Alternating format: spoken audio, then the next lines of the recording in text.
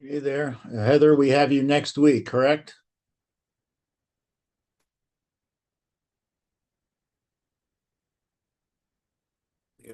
You're muted. Hello. Hello.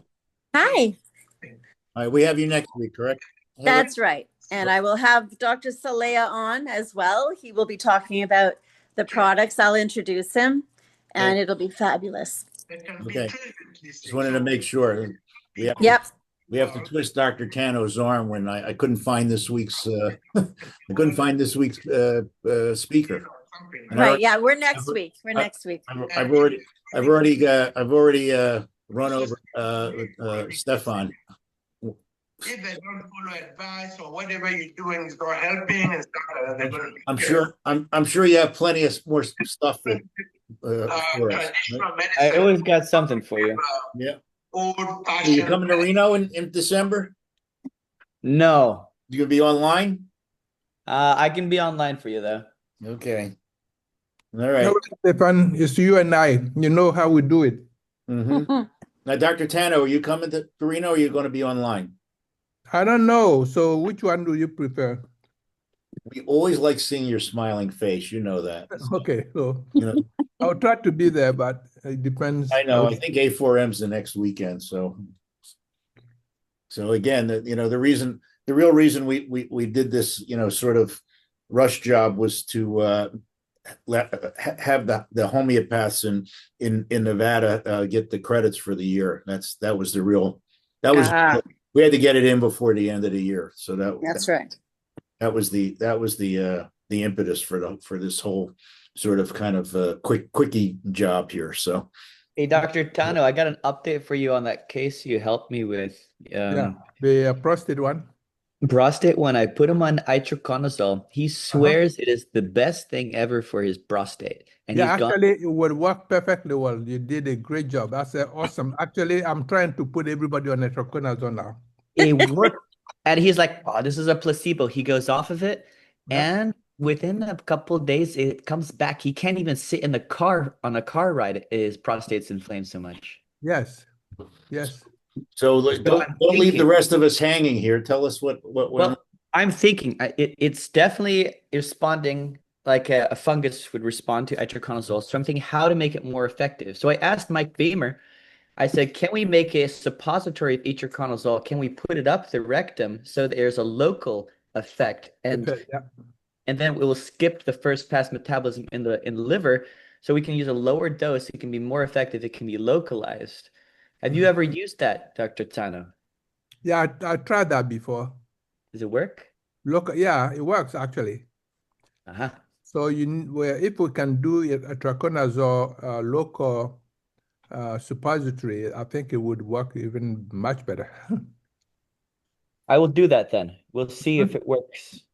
Yeah, it will. If you get a good binder or a good vehicle to drive the drug, probably will be good. So are you using it? You're using it orally now, correct? Yeah, it's commercial drug now, oral, and it's working. And So do you do the Spironolux, or do you get the actual itraconazole? Yeah, we get generic from Walgreens or somewhere, local pharmacy. Yeah. you're not getting it from IndiaMart.com? No, I personally have used brand Sporanox. I got it from Canada because I like a little higher quality product if I'm going to put something in my body. That's what I did. It's a little So expensive. what dose are you doing it? One a day, two a day? 100 milligrams, take it with food twice daily. That's a day, yeah. For how long? Like forever? I mean, I'm hoping that we can beat this fungus on this guy. It doesn't seem to go away. This is like month 3 or 4 because he keeps pausing it to see if it goes away. It hasn't gone away yet. So according to Dr. Andrew Campbell, who did the presentation on those mold toxins, you have to do long course, like 6 months. 6 months, yeah. Yeah, 6 months. So But see, I was right on top, right? When was this? I did that presentation on the prostate inflammation. So is this just inflammation? Is it a prostatitis? Is it a cancer? Yeah, Well, that's the one. That's the one we did. Remember, I did that presentation. I think it was here. I did well, this. yeah, Dr. Tano's theory is that all prostatomegaly is a prostatitis, and every prostatitis is from an infection, whether that's a fungus or that's a mycoplasma or something, or maybe a parasite. So maybe that's why people were responding so well to the ivermectin when I initially did the prostate community trial. Mhm.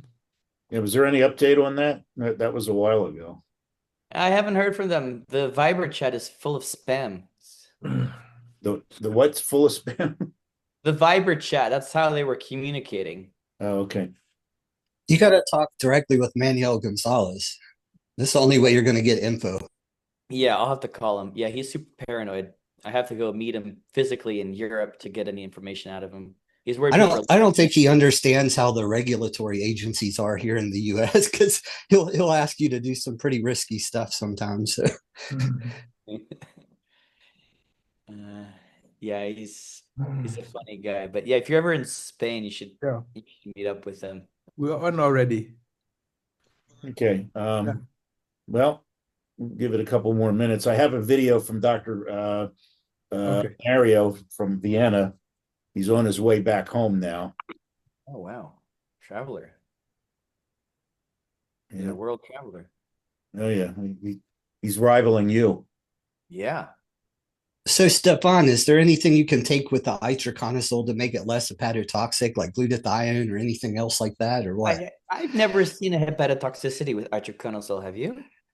When I take it more than like 7 to 10 days, I start to get right upper quadrant pain, and I have to cycle on and off of it all the time. I can't take it more than like a couple weeks usually. So You might have a CYP mutation. likely. Yeah. I'll combine it with NAC if they're on it for a long term. When you're using the ivermectin, do you use fenbenzenol or menbenzenol with it? We use that for cancer, yeah. Ivermectin and fenben. Okay. Well, some are using mebendazole. Mebendazole is better for the glioblastomas, I believe. It better central nervous system penetration. So You're right. Yeah. But they both can work. And I've been recently considering adding itraconazole to my cancer protocols, especially when I think it's mycotoxin driven. well, you can test for that on RGCC if you wanted to. So You can't test for the molds. You can test to see if the cancer might respond to one of these drugs. to itraconazole, yeah, you can test specific drugs. Yep. Yeah. So, okay, can I have somebody volunteer to be a co-host just because I might have to step out. I got some stuff being delivered around 5:30, so just in case. Stefan, Make me and Dr. Tano co-hosts. And Dr. Carol. Tano's speaking, so I don't want to interrupt him. Give it to Carol too. I see Carol. Carol. Carol, can you? I mean, I'll take it. I only just as a precaution. Sure. No Yeah, problem. Give it to me and Carol. Okay. We'll even, since we're not videoing yet, we'll even let you mention Quicksilver. And we all figured that out after a while. I just want to thank him and let everyone know how much he has done to help this group and our research committee and do good deeds expanding medicine. So, but the more it would take a long time to introduce Dr. Tano for what he's done, but he's helping us with research in a big way, and he has some fabulous ideas, and he's going to be introducing the rest of the world in December to the concept of homeopuncture and homeotherapy. And he just completed a book on that, and it should be done, published and ready to read in December. And I got to read some of it, and it's incredible, absolutely fantastic, and what we need. So anyway, that's all I wanted to say, and thank him for what he's done. Thank you, Dr. Burgess. Thank you. Yeah. Everybody hears me well? Yes. And do you see my screen? Yes. Very good. So today we're going to change a little gear on what we do usually because I think that we go to medical school or we go to practitioner schools, but we never learn the business part of it. And most of the time, when you bring it up, people think, oh, this guy's coming up with some greedy stuff and wants to make money. But nobody, I don't know how many of you here practice for free.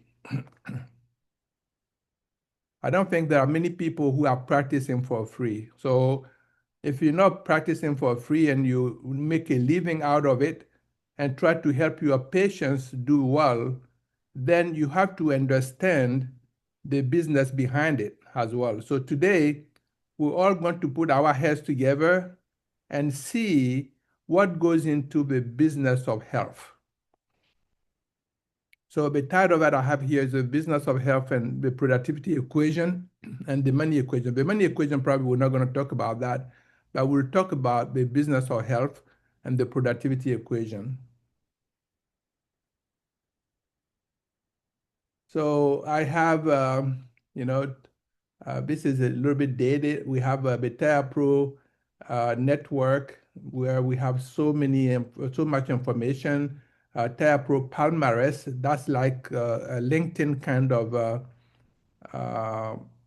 platform where people can have their bios, that you can have your own page, your own website that goes into here that tells people who you are. Because when we go to LinkedIn and put our little resume, it is not enough. But because the Palmares means all your life achievements. So you will see a little bit about that. The TirePro.com is our big umbrella of all the work that we do.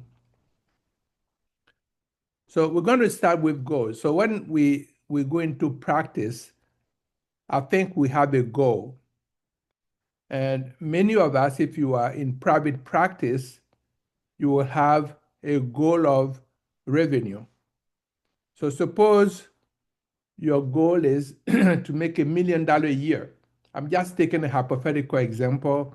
We want to make $1 million a year. So how can we do that? Anybody? If you are in your practice, your goal is to have $1 million a year. So what do you need to know? What are the variables that you're going to focus on? Well, I think one of them would be your payers. Right? So payers, that's one of them, right? Anybody else? So what are the variables you're going to focus on to make you $1 million? Marketing. Marketing, okay, that's important. But anything else? Barrier to entry, what your specialty is that differentiates you from others so that people actually want to spend money with what you're doing. That's good. That's awesome. Any other things that we should look at?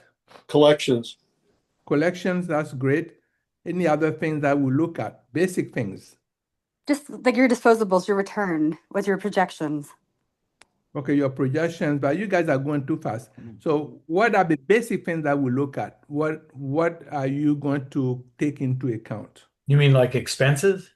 Expenses, we're going to take into account the expenses, but before the expenses, what do you also focus on? The Revenue. expense. Your So- revenue or your budget. Yeah, your budgets and all of that. We're going to look at that. But I think, first of all, when you go into practice, number one thing that you're going to determine is who do I want to serve, right?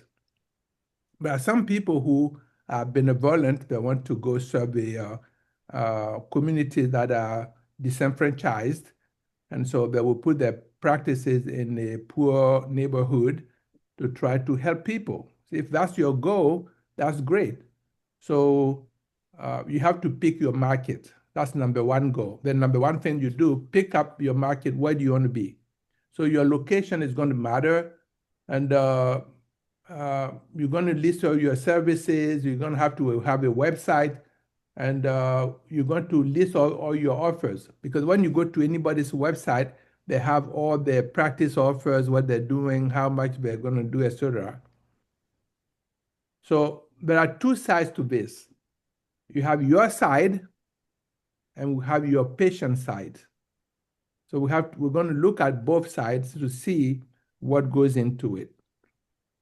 So on the practitioner side, first of all, you have to know why you are in private practice. Why do you want to go into private practice? Why don't you work for the hospitals, or why don't you work for other people?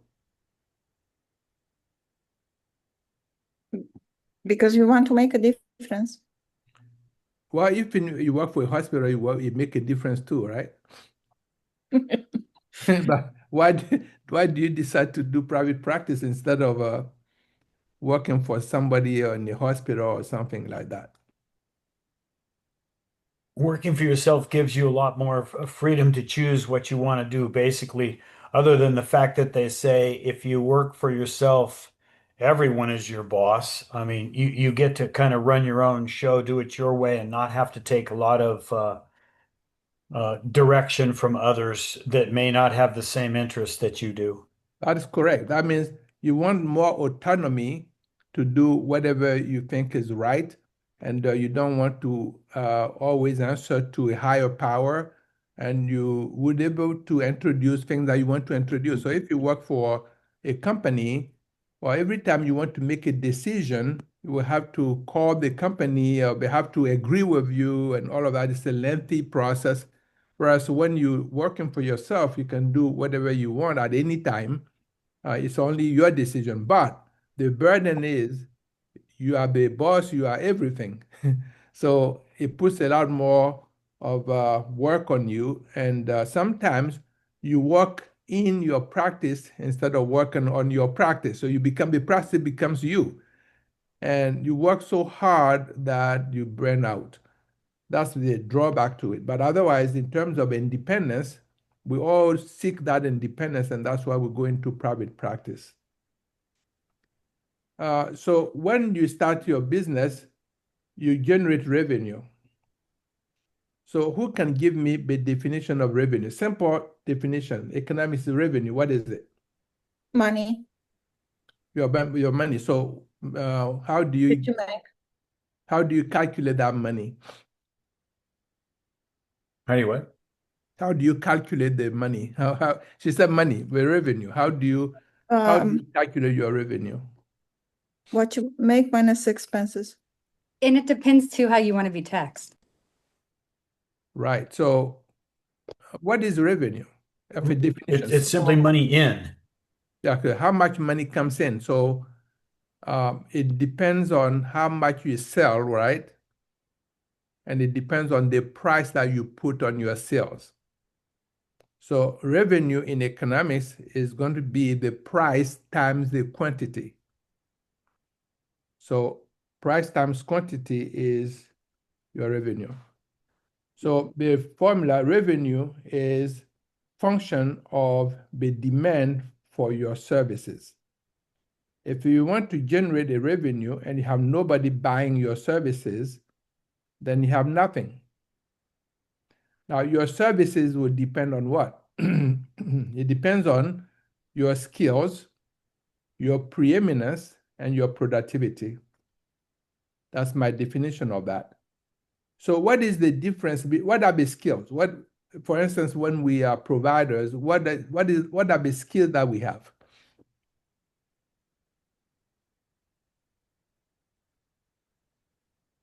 Anybody? Well, knowledge of the patients, knowledge of illness, knowledge of wellness. Correct. So the skills is actually what we go to medical school for, right? We learn all these pathophysiology, we learn how to do procedures, we learn how to do all of that.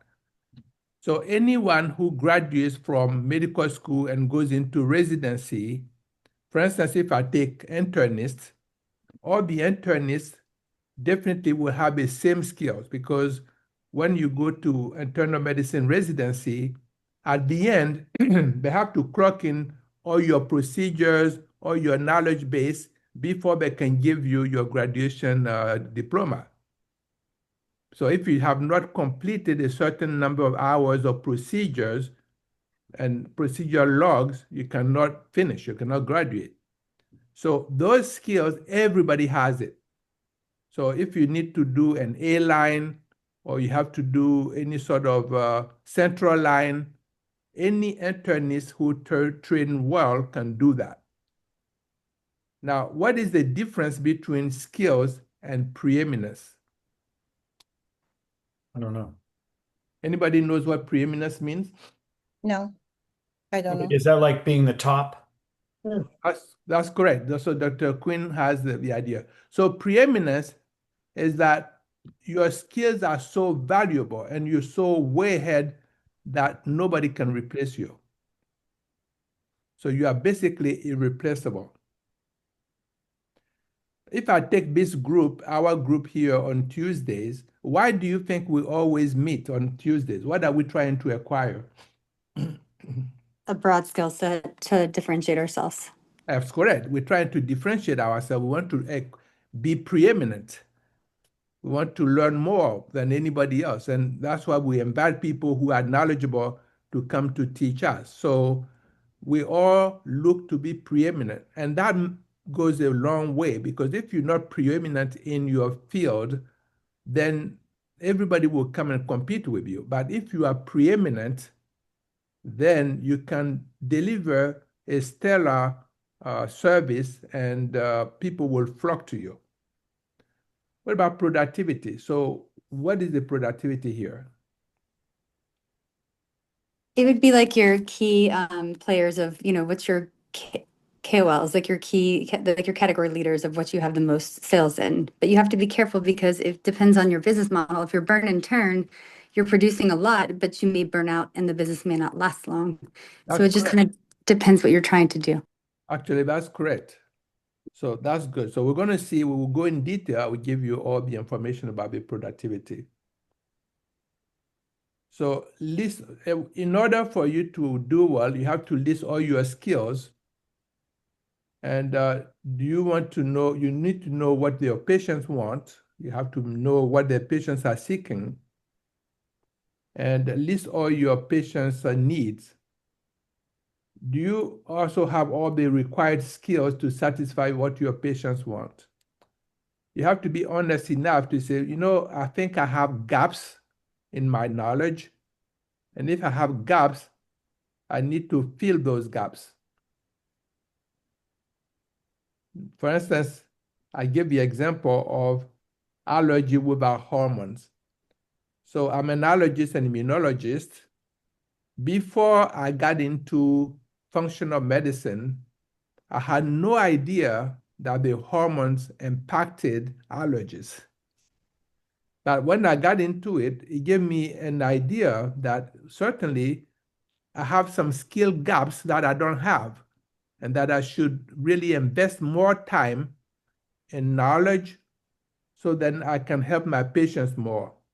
And when I added that portion to it, my practice became different completely, because now when I see a woman who has allergies, who has etc., other things, hives, name it, I can target that and I can see exactly why they're having it, and I focus on the right test to do. But if I didn't know that, there was no way I was going to be able to help those patients. So knowing my what I'm lacking, I invested heavily in that and acquired the skill that I need to have so then I can be preeminent. So we already gave a definition of preeminence and etc. So example of preeminence, in order to be preeminent, you have to know all of these. So it's a big diagram. I call it Dr. Tano 21st Century Medical Preeminence Diagram. I like diagrams. So those of you who don't like to learn from diagrams, I apologize, because I am a systematic learner. I like to put things in diagrams, otherwise I don't get it. So that's why I draw so many diagrams. So to be preeminent, you have to know the environment, you have to know pathophysiology, you have to know body systems, immune, endocrine, all the body system, you need to know them. The 12 system, if you know them, that's pretty good. You have to know pharmacology, you have to know lifestyle, you have to know the market intelligence. For instance, what is market intelligence? Anybody can give me one example of market intelligence? meaning what the market is actually conveying to us. I go to the market, I want to buy milk. What do I see around my milk? Cow's milk. Anybody, have you guys paid attention? When you go to the market, you want to buy milk, what do you see? Lots of choices. A lot of choices. So they give us almond milk, cashew milk, coconut milk, pea milk, soy milk, oat milk. They keep on making milk out of things that do not taste like milk, but they call it milk anyway. So why do you think they're giving us all these options?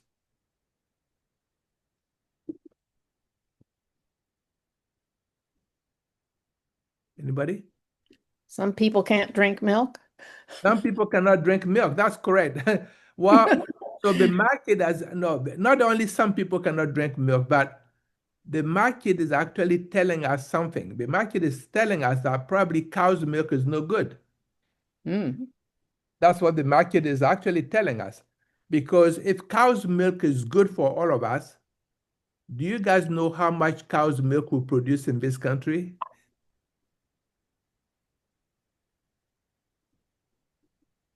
A lot.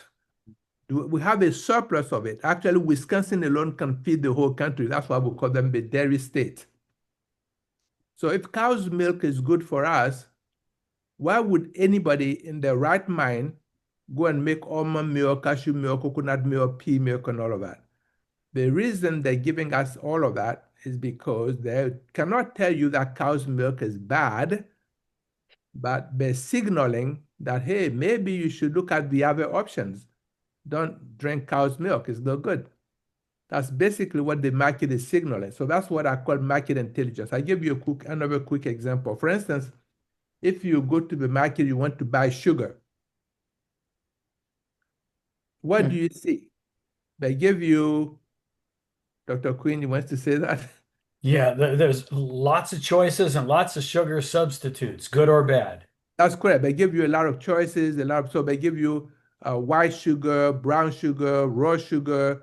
They give you all these sugars, right? So then they give you cane sugar organic, and they give you coconut sugar organic. They give you monk fruit sugar. They give you stevia. They give you all of these other choices. So what do they represent to us? How can I, as a consumer, how can I disentangle all these sugars? What is best? Why? So it turns out when they do sugar, brown sugar, raw sugar, white sugar, etc., this sugar is from sugar beets. And sugar beets, which is the #1 ingredient that we use to make sugar in the US, that sugar beet is GMO. It is genetically modified to tolerate Roundup. So if you go to the market, you go to a restaurant and you order a cheesecake, that cheesecake is made from sugar. And if you know that GMOs are contaminated with Roundup, then you would not want to buy sugar. You just want to buy the good sugar, which would be like cane sugar, organic, coconut sugar, organic, or monk fruit sugar, or stevia, all these other choices. But you're not going to go with sugar. So the market is actually telling us some information that we need to know before we can make good choices. Technology intervene in preeminence. If you're very well in technology, you can do what productivity comes over again. No pathophysiology, no nutrition, supplements, all of that. Mind, body, soul, you have to know all this information before you can call yourself preeminent. And also know basic science, at least some of it. So that's how we become preeminent. I mean, you can see that there's a lot of effort and energy that would go into becoming preeminent. That's why we're all in school. We're all learning every week. We come here, we try to learn more and more to fill our heads with knowledge that will make us preeminent. So how to report preeminence? I said preeminence report. What is preeminence? It is the sum of all your achievements that you have in your life. The KI is accumulated knowledge, and the AI is your total achievement. So if you add those two together, that makes your preeminence. So the more we learn, the better we become. And preeminence is also known as palmarès. So in Latin, means all your life achievements. So palmarès, people, when they want to make you, so people, they want to do your autobiography or whatever, they give you your palmarès. So I have a website I call Palmarès Global, and the Palmarès Global is like the LinkedIn, where you can do this information. You can go there and put all your information, and then everybody will know who you are. I'm not going to go there yet. So the resume. So what is a resume versus curriculum vitae? Resume, vitae, they're all the same, but they're very short, 1 page, couple of pages of you. But if you take all your life, or your lifespan, all you have achieved in your life, including children and the achievement, because that comes back to you. So that goes into your palmarès. What have you achieved in your life? So the resume is really short and it's not directed to lifetime achievement, but I think palmarès is the better way to go. So that's why I created this site so people can create their palmarès. So what is productivity? We can define the productivity. I will just skip this one because we'll talk about that.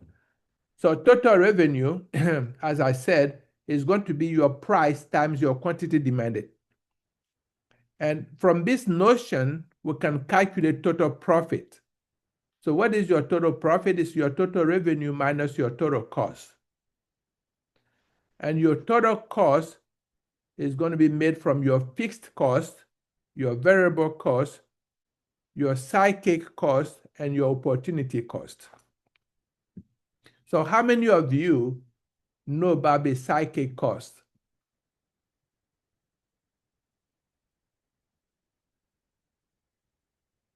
So what do we hear these days?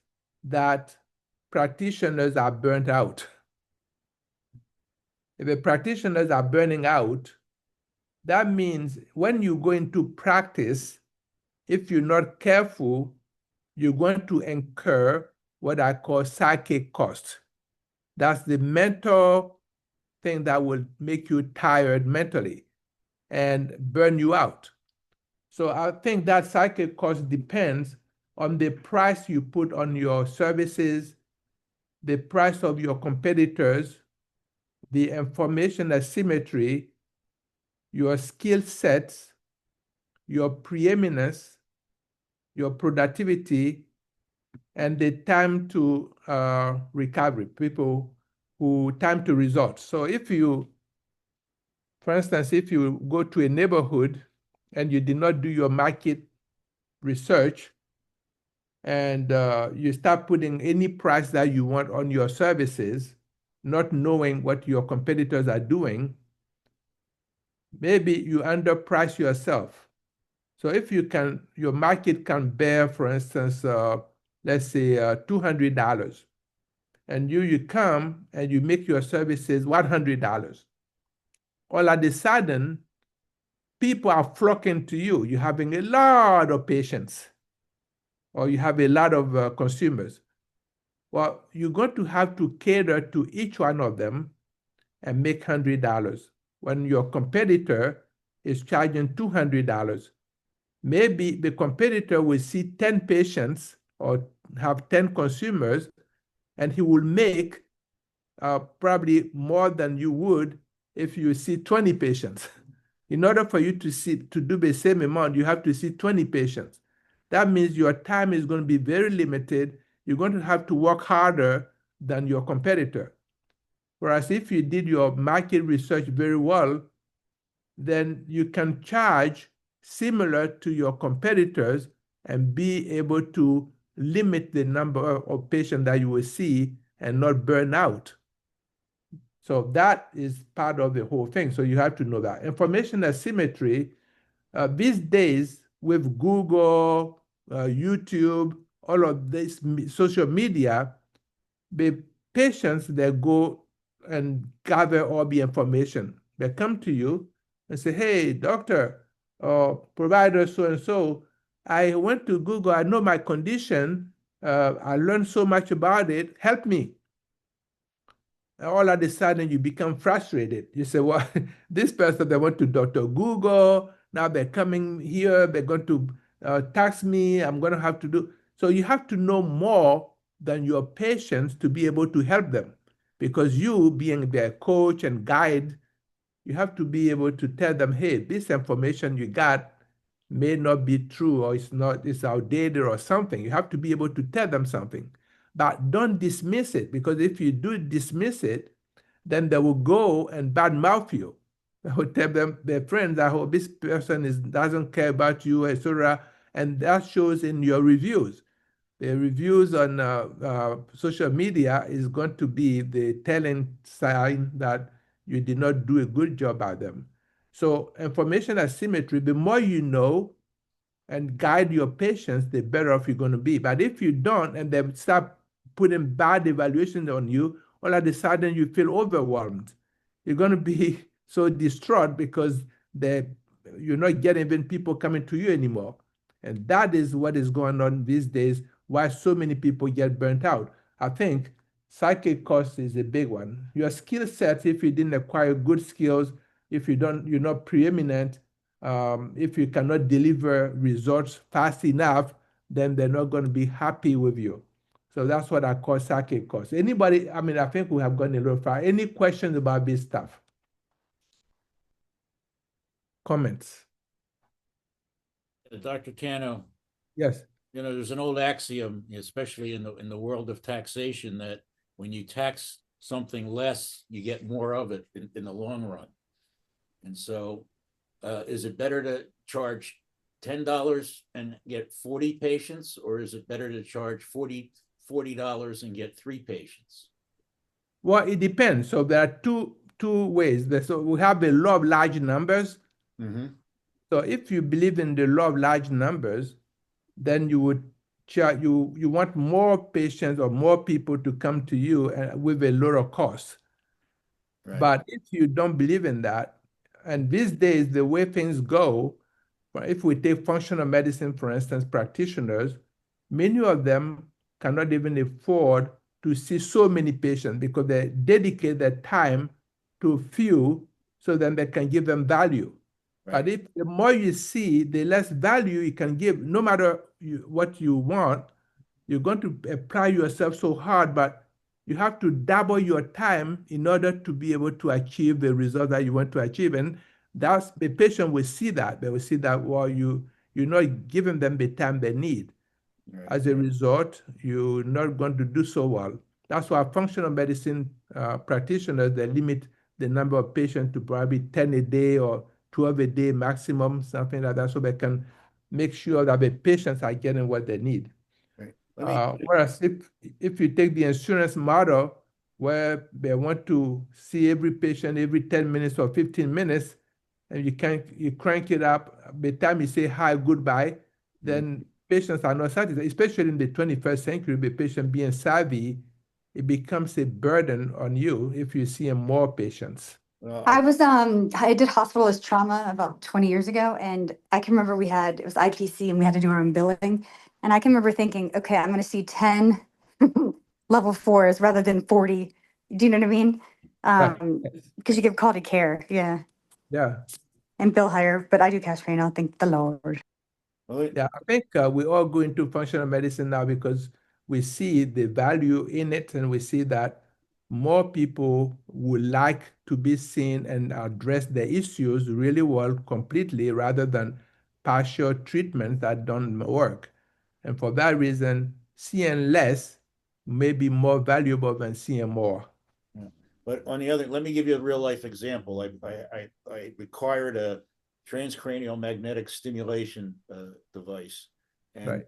the company recommended that we don't do insurance, $500 a treatment, and for a minimum of 6 treatments for sort of wellness. It's $3,000. We got 0 takers, and we spent a lot of time, explaining it and, one-on-one and whatnot. I dropped it down to $200 a visit at 6 visits, and we got 15 signups within 6 weeks. So $1,200 times 15 is better than 0 at 3,000, at least in my mind. Yeah, true. So that's what pricing is going to come in. We're going to talk about that. So the price matters a lot. So if you overcharge, even though your market, so you have to charge what your market can bear. And I said that in the beginning. If you put too much of a price on your services, you may not have anybody. But if you have an optimal price that you put on your services, then you will get people. But if you underprice yourself, on the other hand, then you become burdened with things that you don't even want to deal with. So I have a question. So if he had started at 200 and they all thought that was too much, I think he got, do you understand where I'm going with that? Instead of starting with 500, Yeah, well, 200 seemed like such a bargain now. yeah, well, the supplier That's correct. said that $500 it was the minimum, and you couldn't charge less than that. So we started looking at, collecting dust for a couple of months, and I said, to hell with it.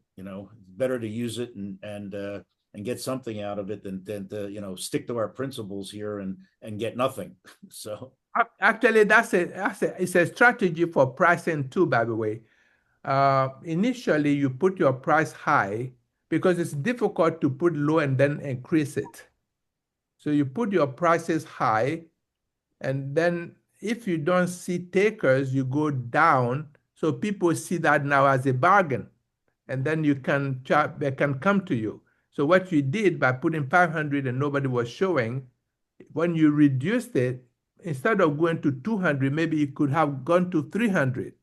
If you did 300, probably people will say, oh, this is now acceptable bargain. We can come and see this person for this procedure that costs way less than what we expected. So even on Amazon, they tell you that if you want to, you have books and you want to price them, make sure you put the prices higher and then reduce them later than put it low and try to go up on it. Dr. Tano, there's also the concept of perceived value. Yeah, perceived value, that's correct too, yes. So if you put some mystique or something magical about what you offer, that makes it more attractive. Correct. That goes back to his marketing. Yeah. Yeah. Yeah. Okay, so go ahead, please. So generically, it's common sense or cycle. Yeah. Yeah, Right. So is that something you can learn or something you have? It's kind of epigenetic. Who's to say? It's something you learn the hard way. Right. Sometimes, yes. But so you have to be very careful not to linger around like several months without changing the price. Like Dr. Bill did, a couple of months he realized nobody was takers, so he decided to drop the price. And he dropped it drastically. If I were you, I would not have dropped it to 200. I would go to probably 300 sequentially. And we did that. We did that too. Okay. 200. I might have been able to get it at 250. So right. Yeah. So if you drop it, then they will come to you. Where does luck fit in the equation? What is which one? Luck. Luck? L-U-C-K. Yeah, where does luck fit in the equation? What do you mean by luck? Right time, right place. Well, I didn't put luck in here, but we're going to see other things that would come in that would play. So we'll see. Epsilon. So luck comes into epsilon. The epsilon is the error term that we make when we make all these functions, error term picks up everything else that we omitted, measurements-wise and specification-wise. So this epsilon means a lot, this end term. It captures everything else that we didn't specify. Now, the psychic cost, we talked a little bit about that. What about the opportunity cost? Who knows what opportunity cost is? To get in the game. Okay. Anybody else? So opportunity cost is that instead of investing, say, in practice, in medical practice, and you went and did something else, so you created another business that could probably yield more money than going to practice. So that money that you're foregoing by opening the practice is the opportunity cost. So your opportunity cost is the value of your next best alternative. So the alternative that you could have had, whatever else you could have done with the money you're spending on practice building, you could spend it somewhere else in another business that would probably yield more money than if you than what you're doing now in your practice. So many people, they go to medicine, they don't even want to be there. So when they finish, instead of investing their time and money into practice, they take their time and go somewhere else and try to open other businesses and do what. I had a colleague, a classmate, who after we graduated medical school, she decided to be a cook, a chef.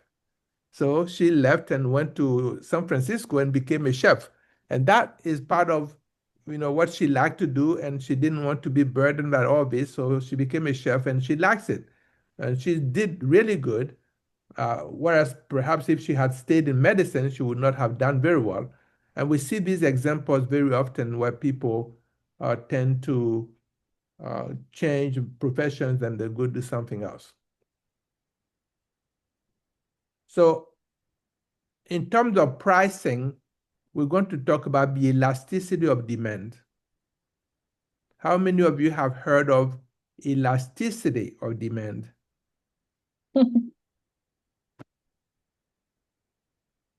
I give you the definition of elasticity of demand. It's the percentage change in your quantity demanded per percentage change in any of the determinants of a demand function. So we will see all the determinants of a demand function.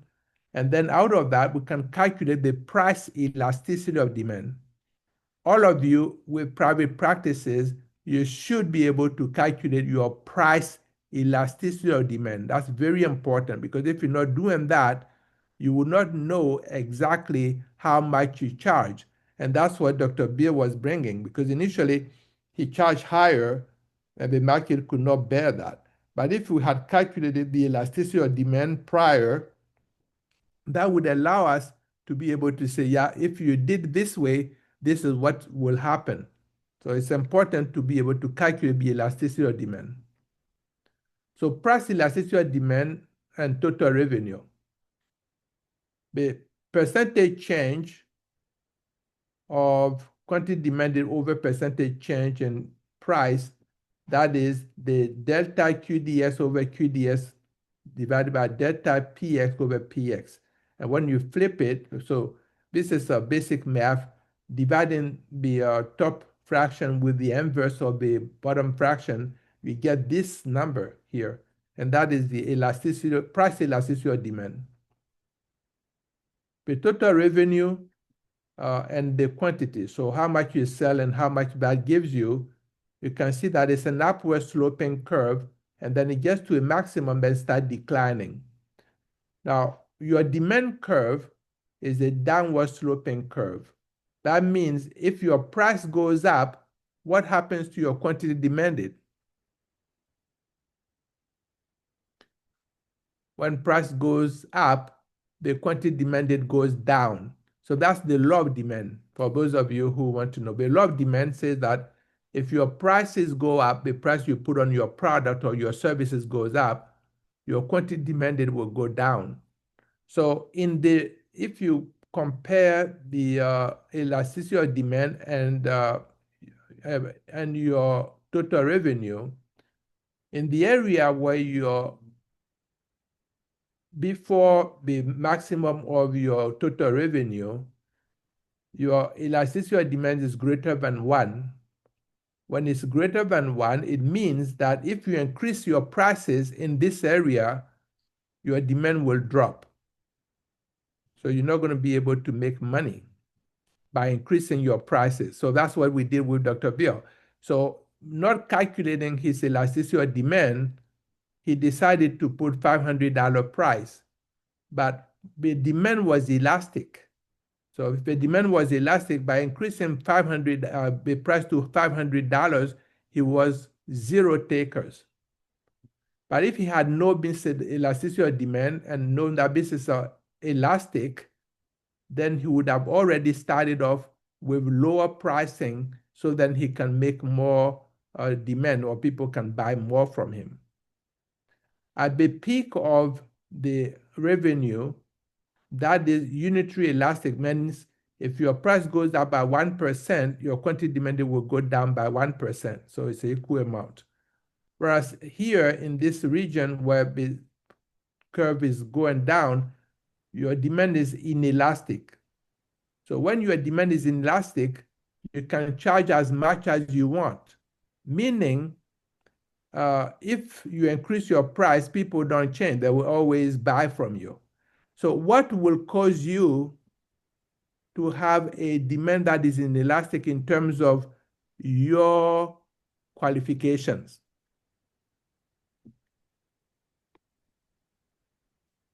Anything that we said that will make you have demand that is inelastic. Would it be preeminence? Yeah, exactly. That's your preeminence, Dr. Quinn. That's correct. So if you are preeminent, which we are seeking here by coming every Tuesday to learn, when you are preeminent, your demand will be inelastic, meaning it doesn't matter how much price you put on it, people will recognize your value and they will pay for it. They will say, I'd rather go see this person who is so knowledgeable. I'm sure I'm going to get the response. I'm going to get good results. And they will pay for it. So you may have a lot of people coming to you because you are preeminent. That's why preeminent is very important for all of us to get. Also, the audience is very important because you may get an area where people are willing to pay quite a bit of money, even as a status. And there's the paradox of thrift, where sometimes when things go up in price, they become more desirable. So you might be able to luck out and be in that area and do even better. That's correct. That's why when you're trying to locate yourself, you have to actually pick your area. And if you don't pick it right, then you're not going to be able to charge as much as you could. So that's good, the part of thrift. And luxury good. Many people, they also look at the luxury good. They say, well, this person is charging more. That could mean that this person is preeminent. So they can equate higher price with preeminence, which is not always true, by the way. But depends. That's the market manipulation. So if you know that you know very well, so you can increase your prices and you would draw a certain population to come to your clinic. If you're in a good area, of course. So Dr. Tano, where would a focus group come in? Focus, which one? A focus group, where you get a representation of potential market and sit down and have discussions with them. Oh, yeah. It's like it's like group therapy ahead of time, getting valuable feedback on which to make decisions and more enlightened projections. So that goes part is, I think it's in your market research, because initially, before you even undertake any kind of pricing or anything, you have to do a market research. That's why I said, know what your competitors are doing, know where you want to locate yourself. All of these are part of important decisions when you're trying to create a clinic. You wonder how people position and plan a vaccine. Yeah. So, Do they create a need for it, or is there a need for it? well, so if you go to vaccines and all of that, that's a whole different ball game. But I'm Yeah, just, It's a can of worms, Shell. yeah. a big can of worms. That's it. You're opening more stuff. But I'm just focusing here on the practice management, or how do you come up with a practice that would be viable? Well, what they did to us in business school, which it's like somewhere between, suffering and torture and learning, is case study methods. And we got bombarded instead of getting a thesis, we got bombarded with case studies. Yeah. So yeah, the case studies are important, but you have to know what goes into it, right? So Hmm. your marketing or the sales, everything, you can get a case study on that. And that would allow you to do the best you can achieve in your market. So you have to understand your market very well. If you don't, then you can burn yourself. And that's what I'm trying to avoid here and trying to tell people. Yeah. Before you go do stuff, you have to know certain things. And if you don't, you just haphazardly, because everybody's in functional medicine, okay, I'm going to open my functional medicine practice somewhere in this neighborhood, etc., without a proper study. And that is going to burn you. So it's important Well, to me, the big lesson is, why didn't they have more professors like you? me? Yeah. I don't know. Well, There weren't enough. yeah. Anyway, so increase price, I said beware. If you want to increase your price, so to increase your total revenue, you can either increase your prices because price times quantity, or you can increase your sales. That's what Dr. Bill was saying. You can either increase your number of people you see, and that will put a lot of burden on you, or you can increase your price. But if you want to increase your price, you have to know your elasticity of demand. Because if you don't know that, then you may shooting yourself in the foot.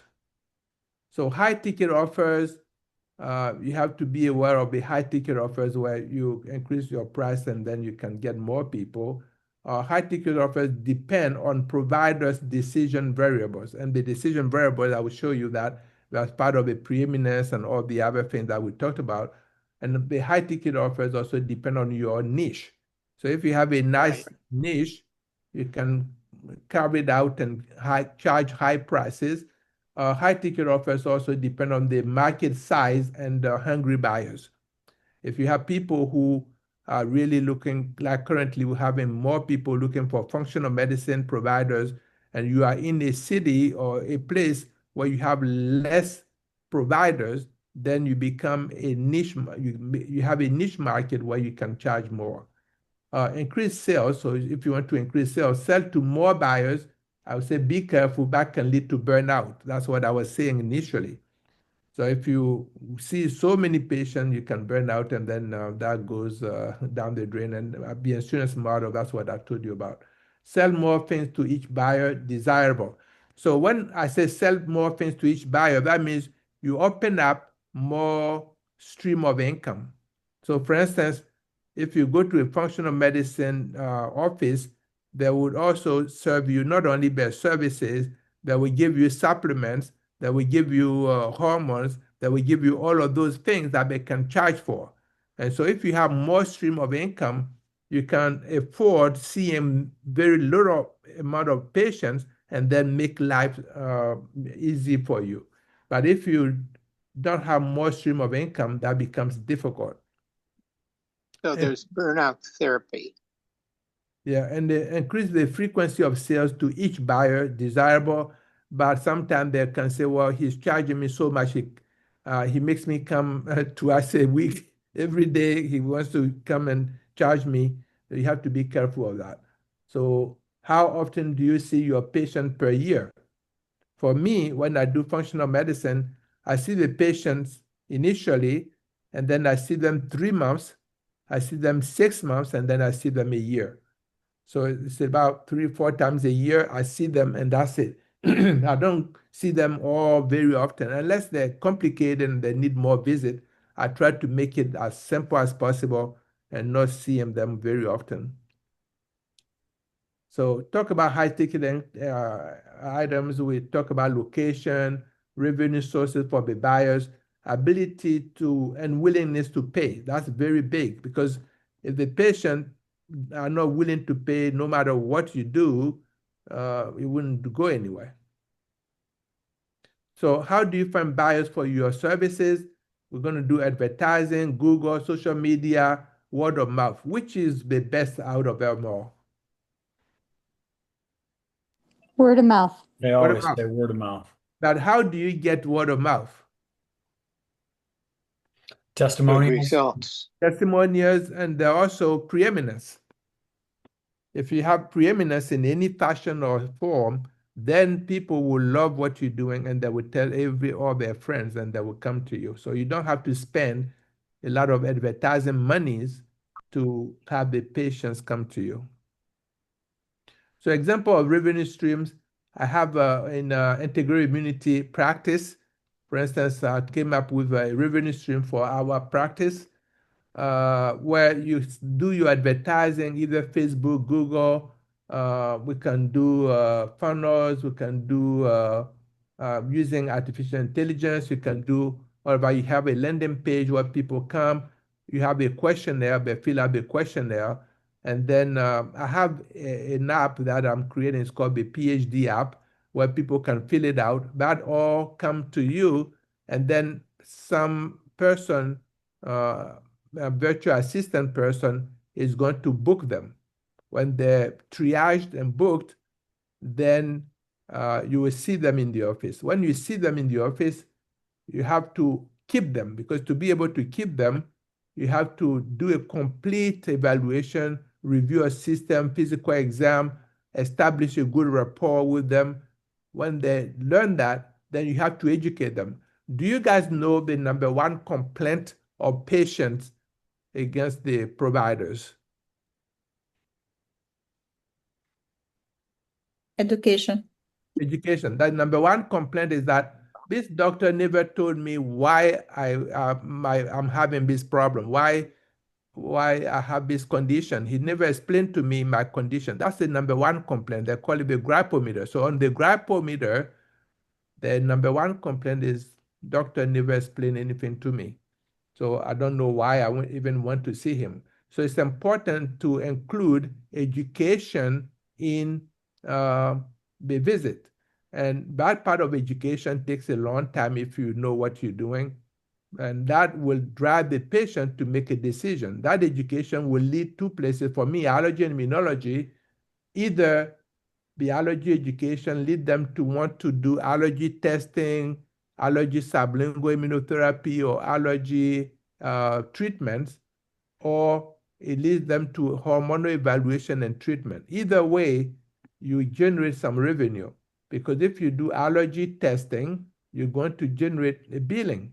If you do skin testing, it generates some bill. If you do food testing, it generates some income. If you do give them nutritional supplement, that also goes into your income. So through here, you can generate a lot of streams of income.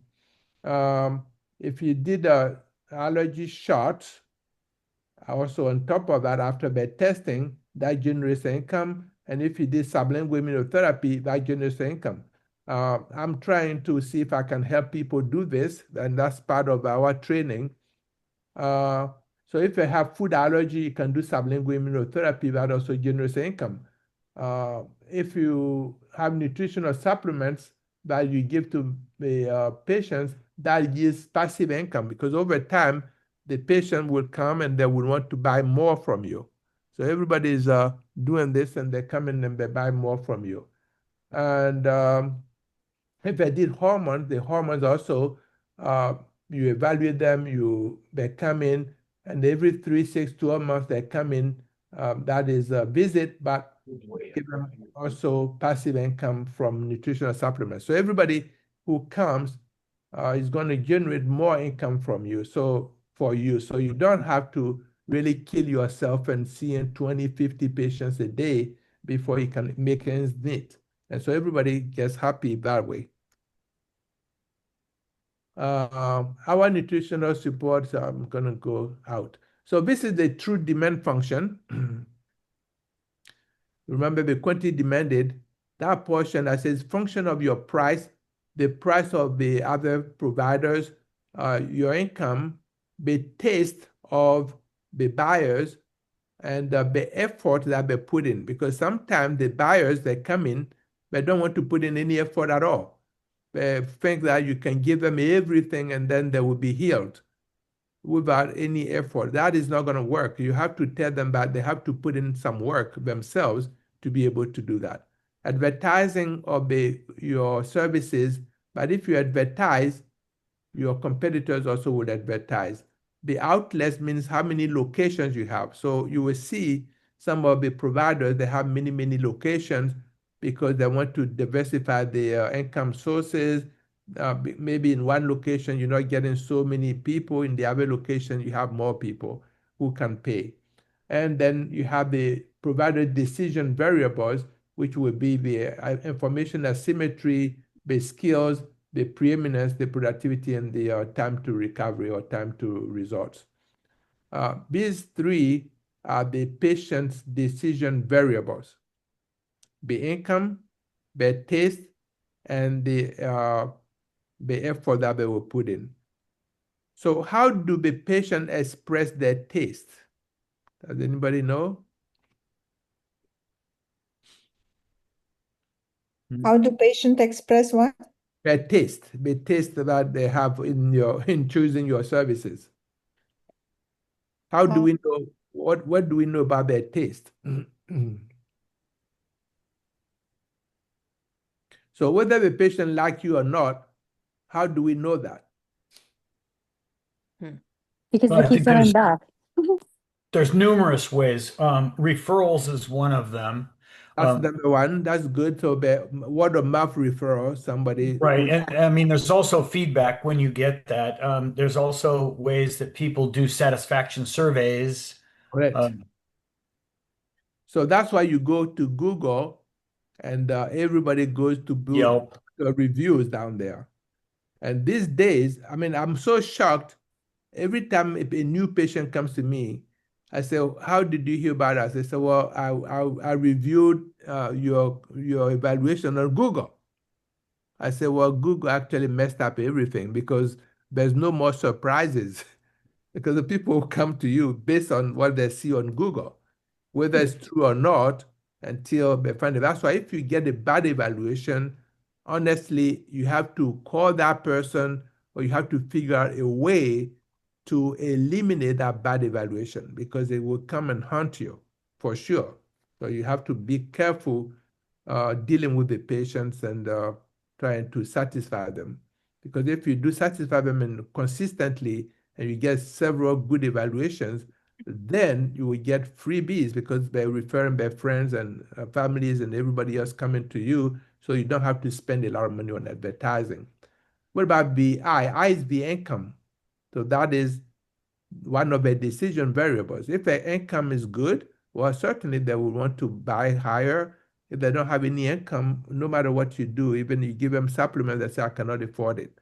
And they cannot afford it, then you're not going to force them to do so. So income is very important. But the effort that they put in, I see many of the patients that I see and give them my stuff, a lot of them take it seriously because I explain to them why I figure this is very important to them.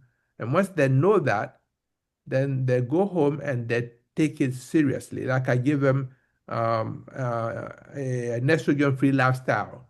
So they go there and they study all the food that they're eating and they're not doing them anymore. All the cosmetics that they're using, they're not using them anymore because now they realize they have to put in their own effort to get results. It's not just me feeding them the results. So that's important. Sellers' return on investment. So we all make investment, or you borrow money, or you do whatever, and you create your practice. When you do that, you want to know how much you're going to make out of it, and that all depends on several variables. So initially, for me, I want to make sure that the patients are doing well, and if they're doing well, how do I know? Well, when they come in, I give them a questionnaire to begin with. I give them the questionnaire, And then 3 months later, when they come, I repeat the questionnaire. When I repeat the questionnaire, I can see where they have improved. Because if you don't do that, then you will not know what your services are achieving. So in order to do cost effectiveness analysis, you have to know the pre and you have to know the post.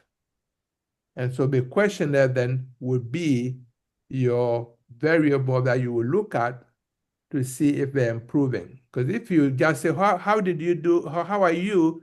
The patient will say, well, I'm the same. But when you dig deep enough, you find out that many of the things that you ask them on the review of system, they have improved. So they're not telling you the truth when they say, oh, I'm the same. I'm the same in what regard? I'm the same because I'm improving. I'm the same because I'm happy. I have no idea. So by doing this objective measurement, then you can tell whether they're doing well or not. So that's important. And I said, if you don't know these variables, there's a price that you pay. If you don't know all your variables here, the price that you pay is the price of ignorance. And I said that here, if you don't do so, well, you pay a psychic cost. If you don't invest in human capital, means you don't learn more about your field or things that you're delivering, then you pay a seller's remorse. The seller's remorse is that you're going to see patients, and the patients are going to be so difficult, they're going to give you bad evaluations and all of that. And you say, why did I even see this patient? They create me so much trouble. And that is seller's remorse. So you sell into the patient, and the patient is creating trouble for you because you did not really focus on your decision variables that may help you out. So that's very important.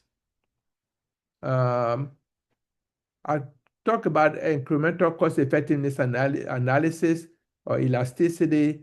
That means the outcome, how much you be improved over the cost, the change in the cost times the cost over the improvement. So if you see the initial condition, which means they're poor, their diabetes is not controlled, or their blood pressure is so high, etc., now you give them what you think is right, and all of a sudden they come back and they have improved based on your questionnaire. You can see already that your delta E is higher, and then that number is going to be positive. So very good. Multilateral interactions in the Mediverse. So you have, that is a complicated diagram where you have the patient, you have the providers, you have the insurances, you have the pharmacies, you have the hospitals, and you have pharma, what they're doing. All of those things are going to entangle you. So if you are in private practice and you don't deal with payers, you shortcut everything. And that's why being an independent practitioner is beneficial than being in a messy system. So how many of you, before you open your practices, you ask yourself, you had a questionnaire that you tried to fill out to understand your market, to understand everything? I think before going to practice, you have to definitely learn about locations and everything else. So what is the average price of your services? You have to know that. What is the average price of your competitor services? What is the average or median income in your draw area? What are your Google, Yelp, or reviews like? What are the reviews of your competitors like, and why? So if your competitors are having good reviews, you want to learn why they're getting these good reviews. Are they preeminent, or what else are they doing that is driving these good reviews? Can you do better than your competitors on your own? And if you can't, you have to invest in human capital. You have to come to classes, you have to take classes to learn. If you can do better than your competitors, why don't you implement it now? Do you do any advertising, and where and how? You need to know that. And do you know if your competitors are advertising, and where and how? How many stores do you have? How many stores do your competitors have? What proprietary information you have that your competitors don't have, that make you preeminent and unique, so then you cannot be replaced. What special skills do you have that your competitors don't have? So you have to know all of these differences. If you don't, then you cannot compete very well. Are you preeminent, irreplaceable in your area because of your unique skills and know-how? Or are you as productive as you would like to be? Do you have the energy to produce? How fast do you deliver results to your buyers? Start initial results and start to final results. Do you know, are you distracted easily? Do you have difficulty concentrating? Do you have home situation that prevents you from being productive? Do you have outside influences that prevent you from being productive? Are you creative? How many creative ideas have you had in the past month? And where are they stored? Do you have goals, and how many are you actively pursuing? So if you have a goal and you're not actively pursuing that goal is a dead goal. It's dead. That means it's not an active goal. Do you feel anxious and depressed about life circumstances? Have you sought help for these feelings? How is your overall health? Have you ever checked your biologics, means your hormones? So all of us should check our hormones and see where we are, because if we don't, the hormones may impact us adversely. Do you take nutritional supplements? If you don't take good nutritional supplements, you may not be doing so well. Do you feel tired all the time? Are you at your ideal body weight? So imagine you want to give someone good weight. The patient come to you, you want to help them out, and your weight is overwhelming, that you're not looking good yourself. The patient looks at you and says, well, you want me to lose weight and you are more obese than I am. So how can I take can I take your advice? So you have to be able to have a good looking weight to be able to sell good weight to somebody else. That's an example I'm giving. Do you exercise? Do you have time to enjoy life, family, friends, pursue hobbies, all of that? And so as part of our assessment, I actually asked the providers to take our questionnaire that we have. And if you take the questionnaire, it will give you an idea of where you are. Do you need help? Then we can help you out. So the questionnaire, again, I put it here in a better format and people can see it. Buyer side. So the buyer side is going to mirror the producer side. People buy products and services to get an outcome, and the effect called return on investment. So if you have a buyer and they're coming to you, they want to maximize that outcome. So I'll skip a few things here. Record the preeminence variables, etc. And the buyer's side is this, and we're going to focus on the three variables that they have. And the buyers also have the buyer's remorse. So if the buyers do not do their own research and see who they're going to see, if they go to Joe, the functional medicine guy, and Joe does not have any training, does not have any preeminence, does not have anything, and doesn't explain anything to the patient when they go to him, all of a sudden, the buyer's remorse sets in. He said, well, I went to this person and I thought he's good, but now he didn't give me any value. So they're going to go and then badmouth you on Google from there. But if the buyers did their homework and they found a good person that would tell you when they come that actually I heard that you were good and you demonstrated to me that you were good. And I'm really satisfied. And I can tell you out there, many people are very honest. The people I have found to be very direct and clear are the military people. because I worked for the Army 1 year. And when they're happy, they tell it to you right then. They don't even hide it. But other people, they don't say much. And they go and they don't do a whole lot. But the Army people, they're very clear, and you'll be more satisfied with them than anybody else. Any questions? I think I'm going fast now because I wanted everything to be done. Questions before we go? Yeah, quick question. Yes. Oh, sorry. Go ahead. Go ahead. Oh, I wanted to ask for integrative medicine, do we need a license? Because I was wondering, I mean, if we are MD, then we can do integrative medicine, just we advertise like this, or? Yeah, so if you're an MD and you took the integrative medicine classes and all of that, and you have certificates, then you can advertise that you have training. For instance, people who go to the training programs in some of the big organizations, I don't want to say the names here, then those training count. They give you fellowships, they give you all of that. Then you can claim that you have training in it. Some people, they go to a weekend class, and so I'm an expert now. I'm going to practice integrative medicine, or I'm going to do functional medicine. But that may not go so well because they did not see all the aspects of it, and they don't have the experience, and they want to practice it. So that becomes a big, difficult problem for them. And if you don't know all the things to do, like what hormones do you test, what companies are giving the test, or etc., that becomes a problem for you. So But that's what, the medical boards, they want us to have a license, to have a qualification, like some kind of diploma.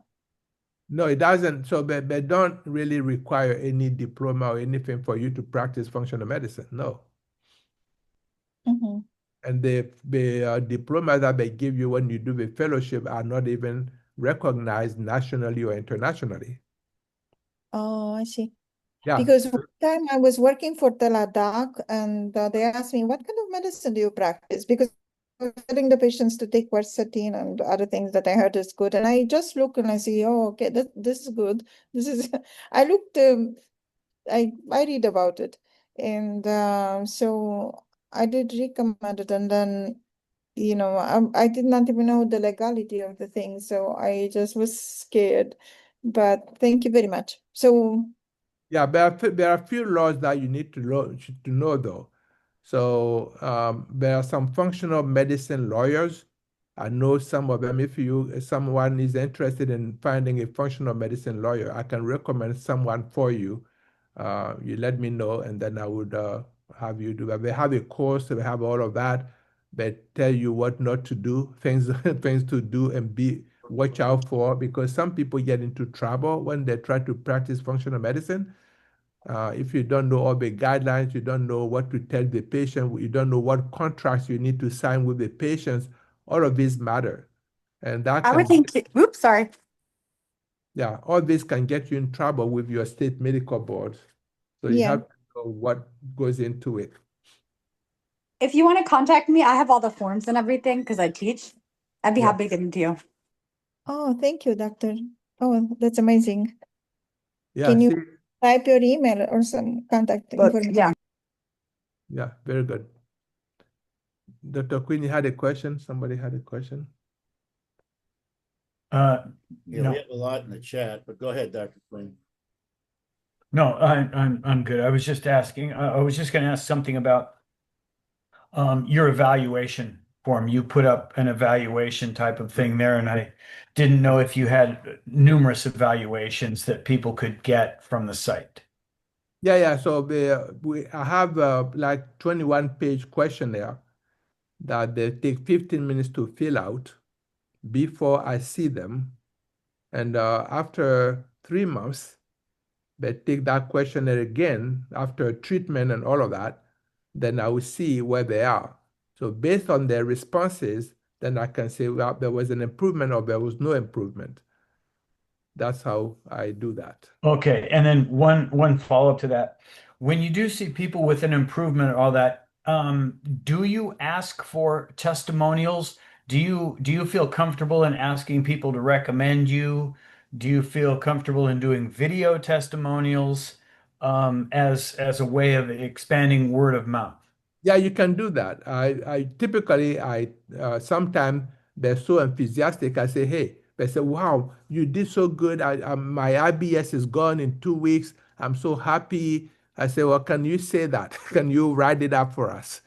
When they express it so vividly, I say, well, can you give us a good evaluation? Can you go and do it? And so there's no harm in asking. Some people also, what they do is they actually ask the people to give them evaluation. And every patient that comes, I send them a postcard and say, thank you for visiting.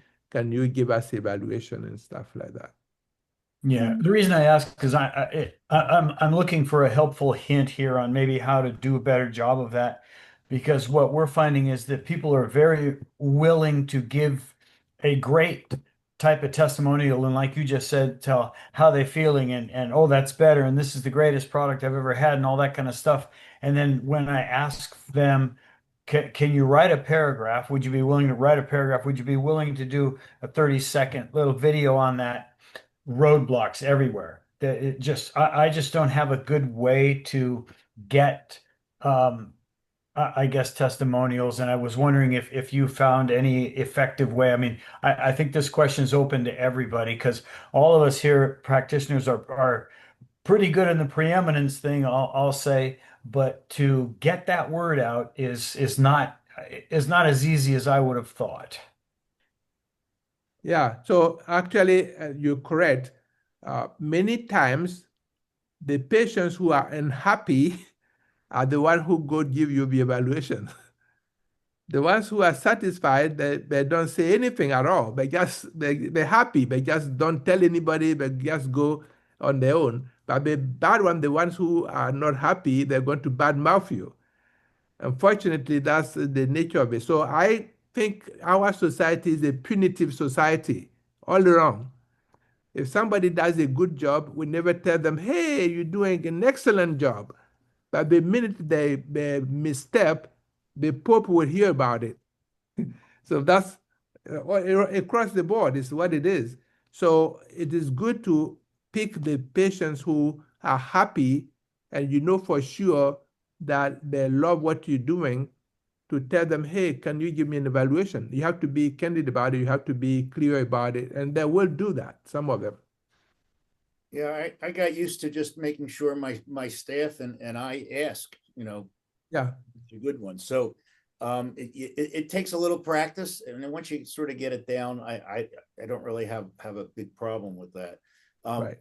I'll tell you, I'll give you one example. If you go on my Google page, you'll see a lot of 5 stars, and you'll see 1 star. And Right. the 1 star was my financial advisor at Edward Jones, who moved to another company, and then he moved to another company. So I said, this guy doesn't seem, and he was young, he didn't seem so stable. So I said, I'm going to stick with Edward Jones. The next thing I know, there's a 1-star review, and something about I don't give, and he wanted me to buy an annuity from him, and I told him no. And I got a 1-star review from that. He was never a patient. Call Right. Google, this is kind of bogus. They said, well, that's between you and him. It's 8 years. It's still there. Yeah, that's correct. Actually, many of the patients who give you 1 star, you never saw them, that they came, been happy about you, they call your office, they didn't get you or something, they put a 1 star. For what reason? You never saw me. You don't even know why I'm not responding to you.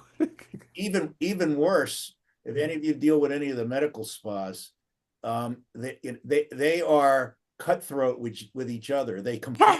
Yes, they are. They complain to the whatever licensing board about nothing. Right. That we had one gal who was stealing from us, and she left, and we escorted her out the front door. The next thing we know, there's all these complaints about us, and it all came from her. So I mean, what are you going to do? Yeah, well, it is what it is, because now everybody looked at that Google evaluation. Some of them are very clear about it, though. They look at all your good ones compared to the 1 star, and there's no that this person was out of line, they didn't do a good job. If you don't mind me interjecting here, and I don't know if this is legal or not, but I make an agreement with my patients that if they have any problems with me, please come talk to me directly. And if I have any issues, I'll come to you directly. Just as we follow HIPAA for you, please follow for respect for myself and for my family. And that, please do not go on social media. If you have an issue, come talk to me. And so the only time I've ever had it is from a troll who wasn't even a patient. It's so weird. Like if somebody said like, she shoved threads in my face, and there was some response you can give. I can't remember what it was, but it's because you can't deny, or that's the crazy thing, right? You can't actually claim they're your patient, but there is. You break out, yeah. Oop, sorry, I got muted. But there's a way to know without knowing, like if that they're your patient without being, I would just have something that you could respond with. If I would highly recommend that. That is generic across the board of kind of your policies and procedures. So you can tell that the person was lying, but not admitting they're your patient. And then for the question earlier, if you don't mind me answering, I know I talk a ton, sorry. I love what I do, clearly. I actually have them do a video with me right there. So for a review. Yeah. Then you have it done. You just have it done right there. Boom. Yeah, that's cool. And now with the cell phones being so sophisticated, in 2 seconds you got a video. Or exactly. You can get somebody like Joel and threaten to break their legs. That works too. So Is he available for hire? yeah, he's kind of unemployed at the moment, so he's actually down in Vegas. So there's lots of stuff, and anybody go ahead and talk. There's lots of stuff. So there's a lot of stuff. I mean, I could go on because this is just an introductory thing. As long as you know that there are two sides to the equation, you have to know your patient side, you have to know your provider side, you have to know that everybody is trying to maximize the outcomes, and the patient have their own agenda, and the providers have their own agenda. So we need to focus on the things that we can control, such as our variables here, which will be our the things that we master best, and be as preeminent as we can be, so that we can serve our patients regardless of what they do. And then they also have to be honest enough to say that this person is really preeminent, they know what they're talking about. And if you are, I don't think that they will hide it. Many people are honest and they will do that. So basically, that's what we have to retain here. We can do a lot of calculations for outcome, which in functional medicine, we don't have a lot of that. And that's where I come in and try to say, let's do cost-effectiveness analysis, let's do calculation, let's do the questionnaire, and use the questionnaire as outcome questionnaire. Pre and post, and you have the results, and then we can do calculations that people will be interested in, because people don't know what functional medicine is. They don't know what integrated medicine is. And the more we put out in terms of outcome, the better off everybody will be. So then we know that we're measuring actual things rather than saying, well, you came in, you did good. We know that you did good, but there's nothing that we need to show for.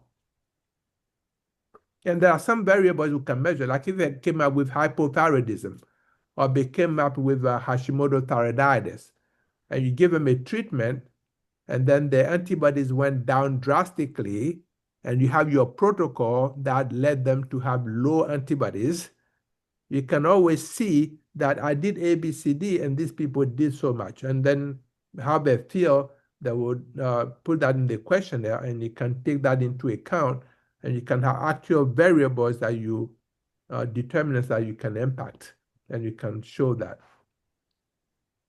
There are calculations for elasticity.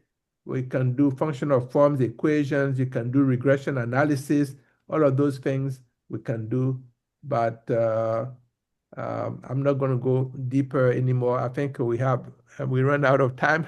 Well, I'm going to answer the question. Got 30 messages in the chat, so yes. If you don't mind taking a few of those. Yeah, we take some of the questions from the chat. Dr. Collins says 70% of patients leave an injector after their third visit, so you have to have a reason they want to be there. She states she's developed her own patented procedure and membership. You have to sometimes find something that works that differentiates yourself. So Yeah, good advice. And Dr. Quinn says that memberships seem to be the way to go. Personally, I've never been able to figure out how to do that. And Clearfield says, don't buy the expensive aesthetic machines that they try to sell you. There you go. That's correct. Yes. Unless you need the depreciation and the deduction. So right. So I personally think that membership, I tried that.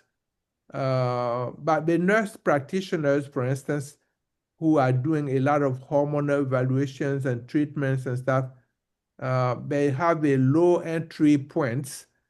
And if they're in your state, that could be something that you need to watch out for, because everybody says they want to have low cost, and then they go there, they give them hormones that are not working, and then they're going to come to you and say, I need you now.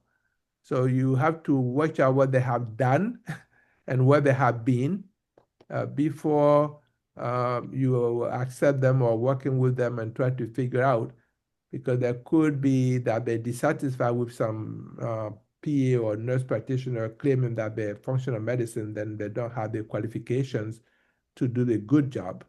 Mm-hmm. Okay, so here's a hint to come next week. Dr. Hallis says, with the scanner that will be described next week, patients can come back every month if they want to. So there's a little bit of a hint there. So I don't know what it is, but we'll stay tuned and find out.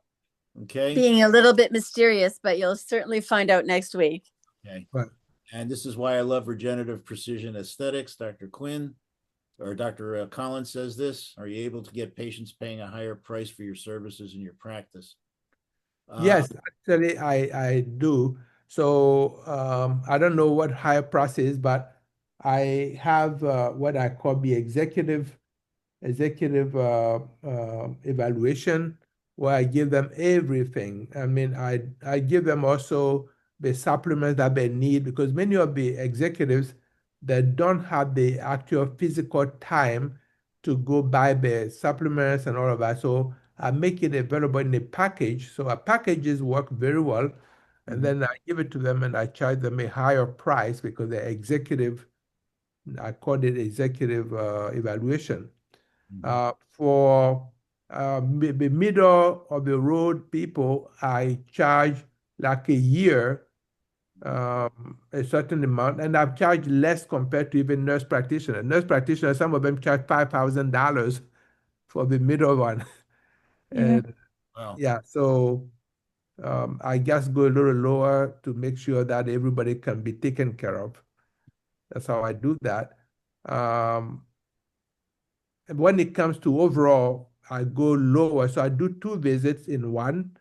So they come, I give them my evaluation, couple hours, and then I send them for testing. And then I have them come back after the test results are available. I bundle that in one price. And that has worked out very well for my practice. That's what I have done for years. I think we need to hire you, Dr. Tano, during the conference. We're gonna get a separate place, and you can evaluate the rest of us, because we need it. We can all be your patients. Oh, that would be great. Yeah. Well, so I don't really charge a whole lot, but I think it's affordable and fair, and they get good value. Wow, that's so beautiful. And Dr. Collins says, create an experience and an annual game plan. No one wants to feel that they were sold. Correct. And okay, and Dr. Hallis, I'm going to leave that what you have for next week. Okay, so something about a scanner and whatnot. So we'll just leave it at that, and we'll leave the mystery where it is. Right. So baseline quiz is imperative so they can see their growth or improvement. Do you do a computer EHR, Dr. Tano? Yes. Is your intake go directly into the thing, or do you have to sort of copy and paste it or whatever? No. It's direct into the ER. Where does the Pareto principle fit into your algorithm? Pareto. Yeah, Pareto principle, which means 80% of your success comes from 20% of the people that you see.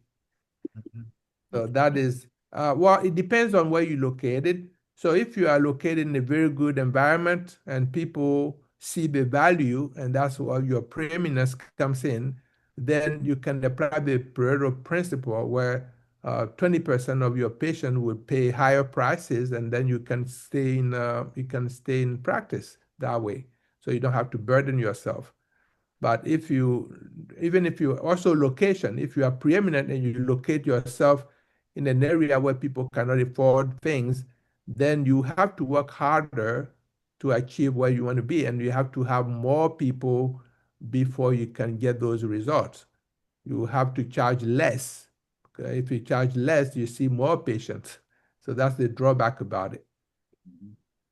Okay, Dr. Collins left her phone number, and she states that she has forms and will help in any way she can. Yes. I'm assuming, Dr. Collins, that's for the whole group there? Sure, of course.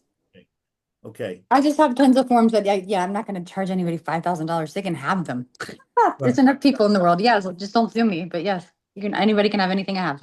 And those of you who also want to have the lawyer access, I know someone, I worked with them, I belong to their group, and they charge really way less for forms and everything else you need to know about functional medicine practice.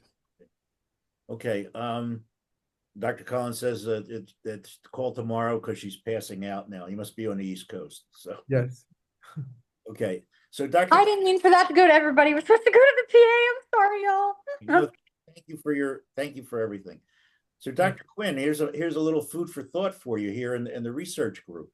I know you've been working on the apothecary and supplements and treatment protocols, but what about the front end? What about a standardized, that's what we get criticized for. We're all hodgepodge. We all do different things. What about a standardized intake form? What about a standardized protocol?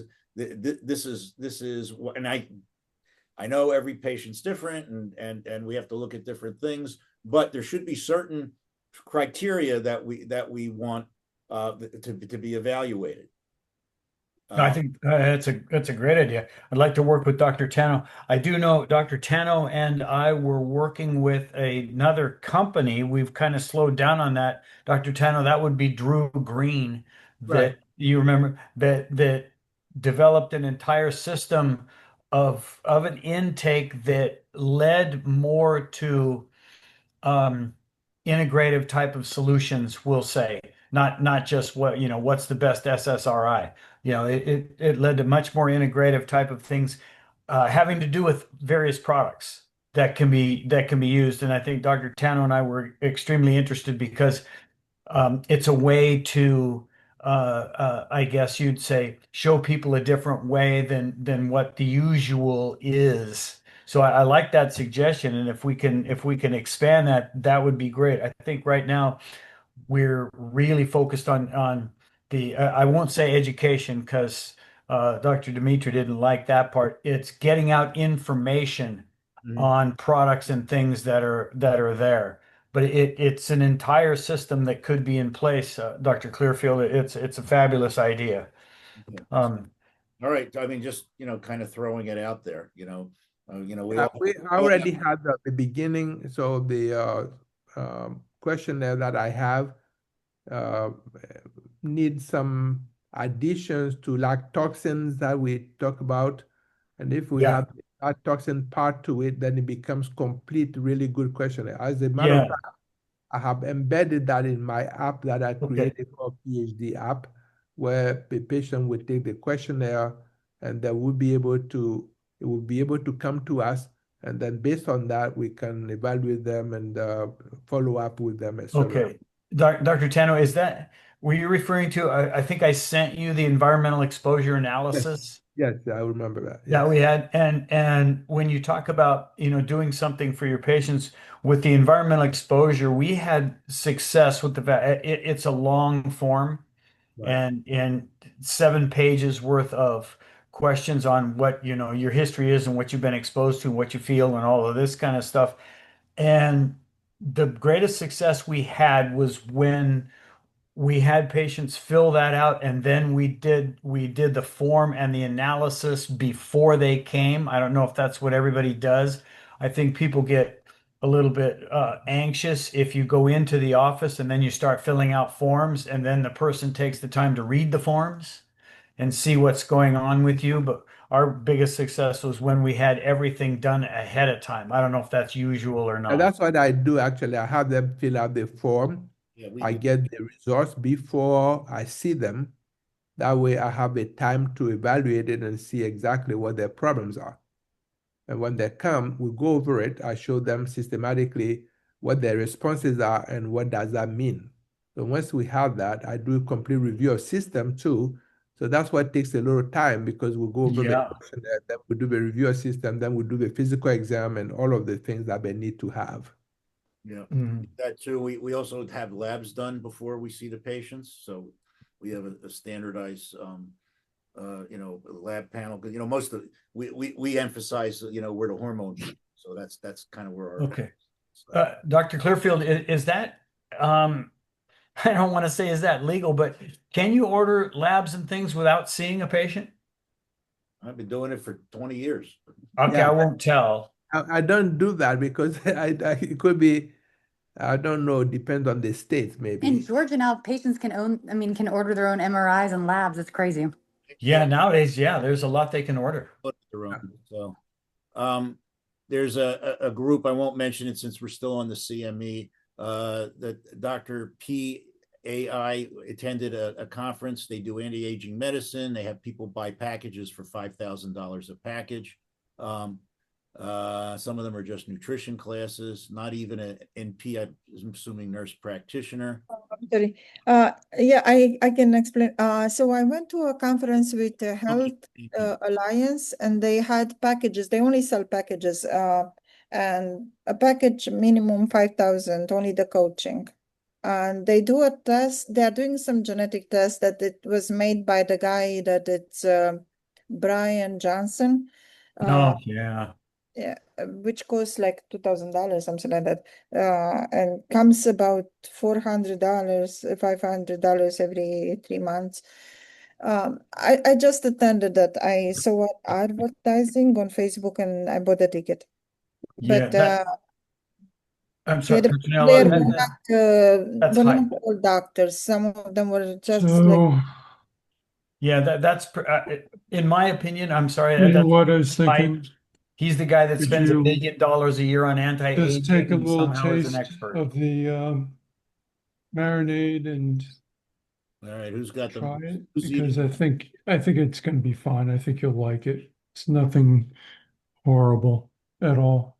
But just in the middle drawer, let's take a little spoon and I think he's talking to taste somebody. it. Yeah.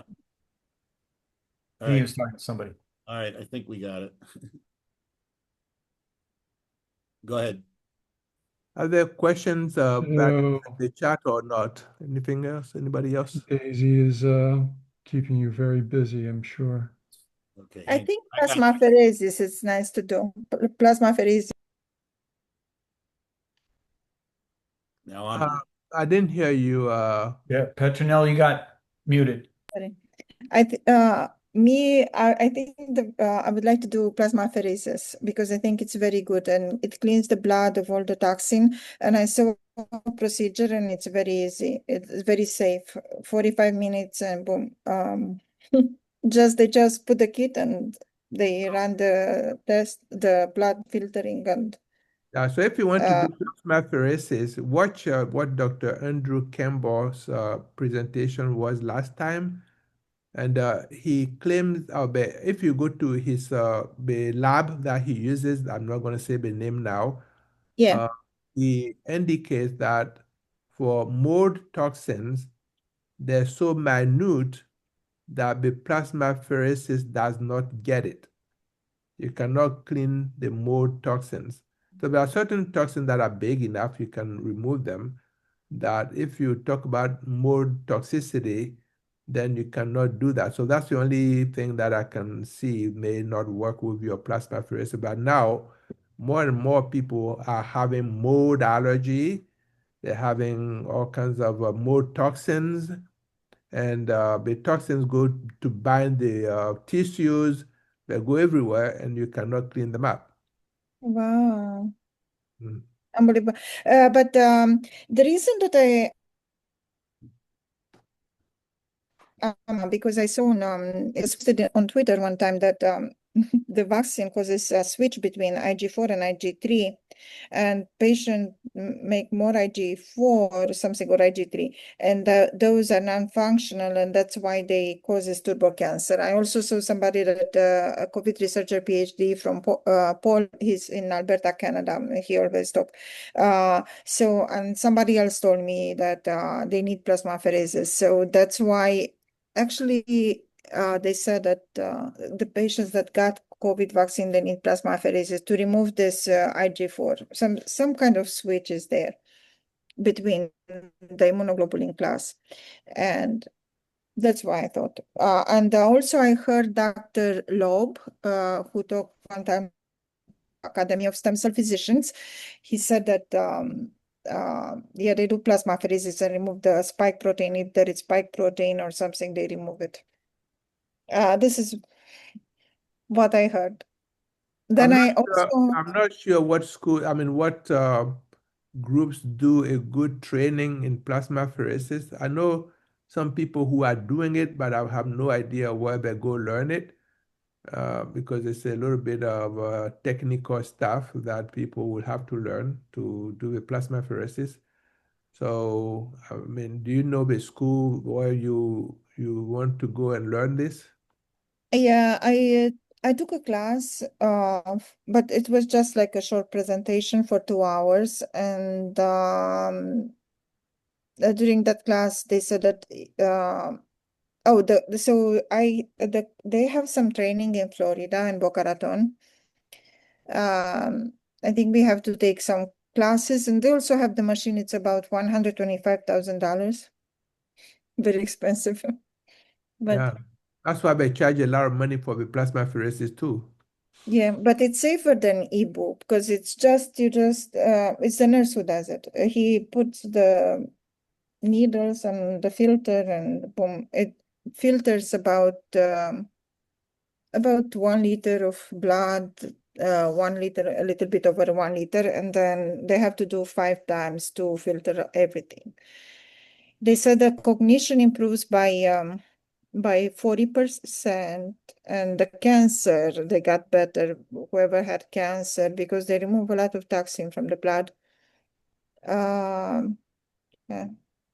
And then they also show us like the blood toxicology before, and with the metals and all the toxins in the blood.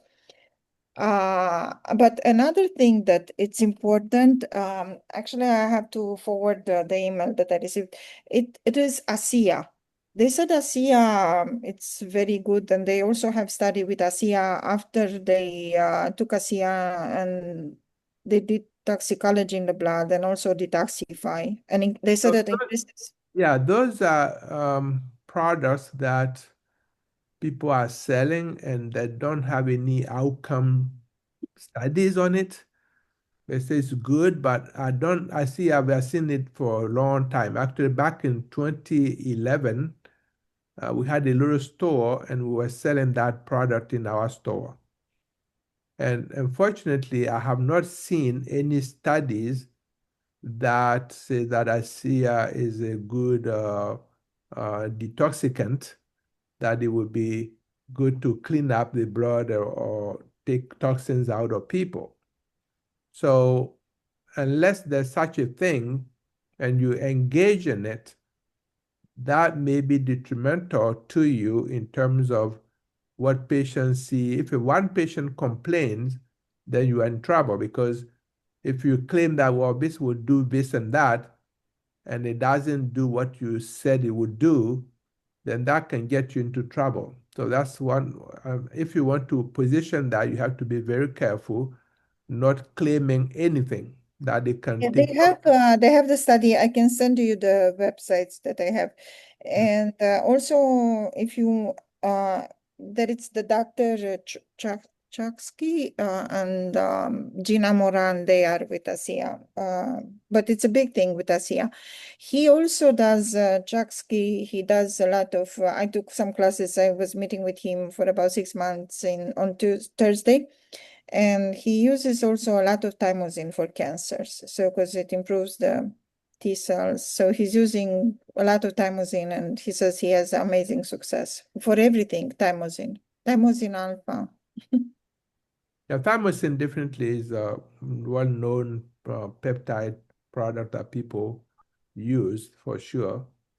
But again, it goes to show who has the resource and who want to share the outcome, because that's one thing that is lacking, and that's why we need to come up with a standardized questionnaire or whatever we can use to measure outcome in functional medicine. Because I don't see a lot of people doing studies that are coherent that will tell us that they got good outcome in such and such. Everybody have a doctor kind of situation. I did this and this is what is giving me, but we don't have a uniform kind of study. Like if you do pharmaceutical companies, before they publish anything at all, or before they come up with a product, they have to do a cost effectiveness analysis of that product. They have to show that the outcome is there. Otherwise, they cannot go to market with it. And the FDA mandates that. So if in functional medicine we're capable of coming up with a cost effectiveness analysis or some sort of outcome measurement, quality of life, or cost utility analysis or cost benefit analysis of those, I think we'll be able to do better and not claim, but at least show the world that functional medicine works. Because even though the functional medicine practitioners do a good job or better job than general practitioners, because we don't have those outcomes clearly delineated, people don't believe in that. Some people, if you talk to general practitioners, they don't even have a clue of it, but they would just dismiss it. Yeah. I think another thing that, so at that conference, I was also very impressed of the stemregen.co. Also, Dr. David Sinclair said that it's the #1 supplement, stemregen. It releases 10 millions of stem cells every day. And it fixes Parkinson, everything. I think everyone should at least read his book, Cracking the Stem Cell Code. And he also has videos, today I watched a video of him. But it's very interesting because he also has intense protocol. And he said that Parkinson in 6 months improved by 60%. And with that powder, they release their own stem cells from the bone marrow. So that's another area. I'm just question everybody, because stem cell practice is one in which people get in trouble with it too. The state medical board, they crack down on practitioners who are using stem cell to do certain things. So unless you really well versed in it and who can support you or who can testify for you and tell you that what you're doing is right, I said don't take the risk. No, this is only plants. This is only like supplement. Blue algae, blue-green algae, and spirulina, and some other 5 plants. But when you take this, they release your own stem cells, and it's amazing. So Cresca is a off-the-shelf allograft that I offer in aesthetics and regenerative medicine. It's FDA cleared, and I just got clearance for IV use for Crohn's. But it's under the scope in Georgia under aesthetics.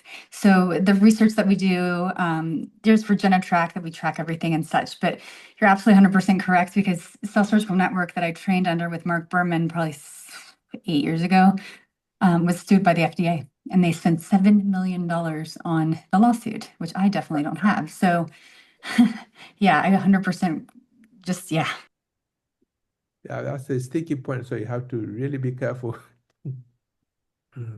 Oh, it's Dr. Collins. You got approved to do. So so Kreska, I got approved. I didn't personally. I mean, yes, I do personally have it under my scope and my protocols, right? But it's under a partnering physician and a partnering company. You have to be super careful, and you have this. The documentation is a pain in the butt. As far as talking business wise, it's definitely not moneymaker. But I believe that we're called to do things by God and use our skill set to serve other people. So to me, it's all about your integrity and doing what is the best for the patient. Now that could be something completely different at a scope that people say, right?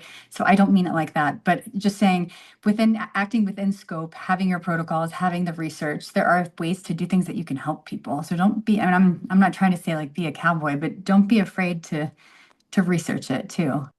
Yeah, this is over the counter Stemrigen, but it's a very good supplement. Look into Kreska and Revasca. And okay. And this is where Dr. Nario would admonish you all to look into the Nevada Board of Homeopathic Examiners, which takes into the scope of practice anything under the rubric of integrative medicine. Right. So, in fact, that's what the impetus for our conference is coming up in December. Notice how I segued into that, Dr. Quinn? That was brilliant. That was pretty sweet. That was pretty smooth, wasn't it? Hey, that was awesome. Yeah. Anytime you can drop Nario's name, do it. Yeah. So the Nevada Homeopathic Examiners takes as its scope of practice every entity in our field of integrative medicine, and they will use that as a protection against the other medical boards. That is bananas. An HMD, you don't have to live in Nevada. You become an HMD in Nevada, you have an extra layer of protection.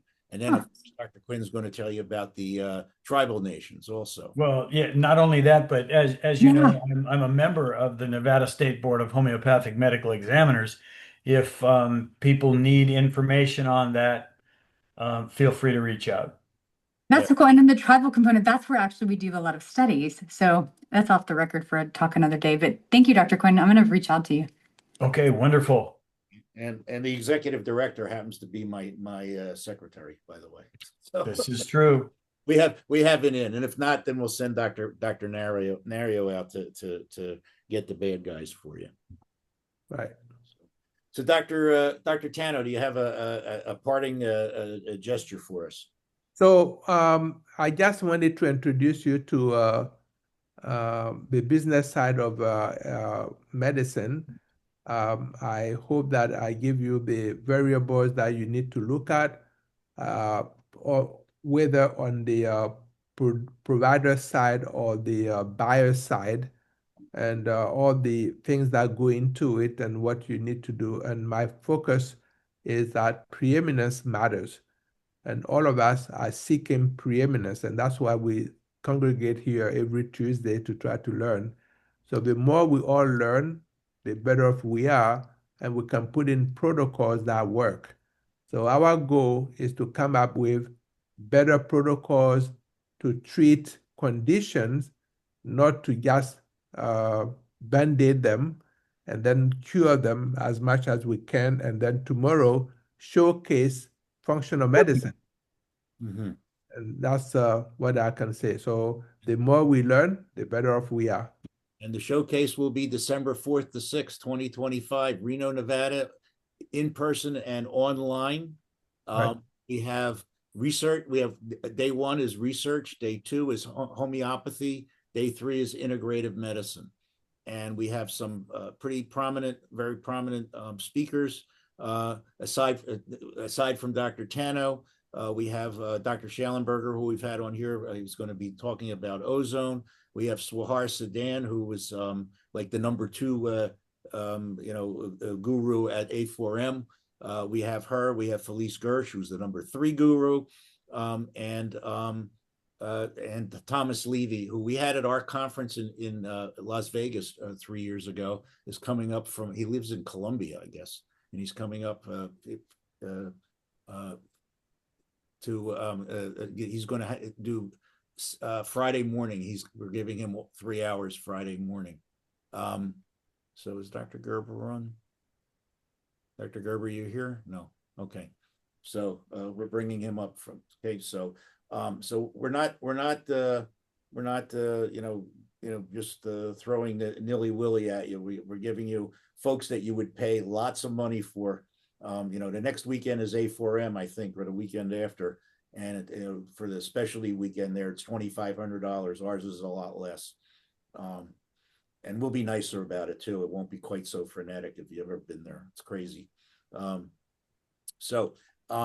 If you haven't gotten, you should have gotten at least one email with the information and the website and registration. If you haven't gotten that, please let me know.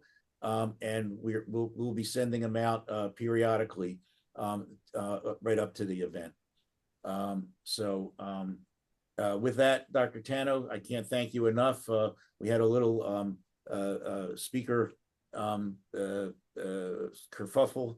I was having trouble finding the speaker, so we will have her on November 4th. We got Dr. Hallis next week with some sort of something or other. We'll have that. And something or other. Dr. Salea will be here with me, and he will be discussing many things, but basically a scanner to give a baseline of where everybody is, and then products that will help you bring patients back in perhaps every month or whatever you want to see how their numbers change and how the products help them. So it will be a pretty exciting presentation. We are next week, same time, same station, 8 p.m. Eastern, 5 p.m. Pacific. This production is strictly controlled by the National Football League. So no. Hey, now I used to be an NFL cheerleader. Seriously. Anybody who wants the video, please let me know, or you can get it off the website. You can get it off of YouTube also. Okay, week after that, we got Dr. Crowley's going to regale us with his hypertensive protocols, and then we're going to have Chris Miletus back. That'll wrap up October. So any comments, questions? We're also looking for sponsors for the conference. So if you want to sponsor, and we're cheap, we're not A4M where it's $50,000 to put up a booth or something. So $500 for a basic table. If you want to do a non-CME presentation on Friday, it's $1,000, and $1,500 on Saturday. So we have room for about 10 sponsors, and please at least sign up online, because we at least want to break even. I mean, we're really not looking to make money, although it wouldn't hurt. But we need your support. Okay. In-house, we only have room for 60, so I'm hoping to fill the room.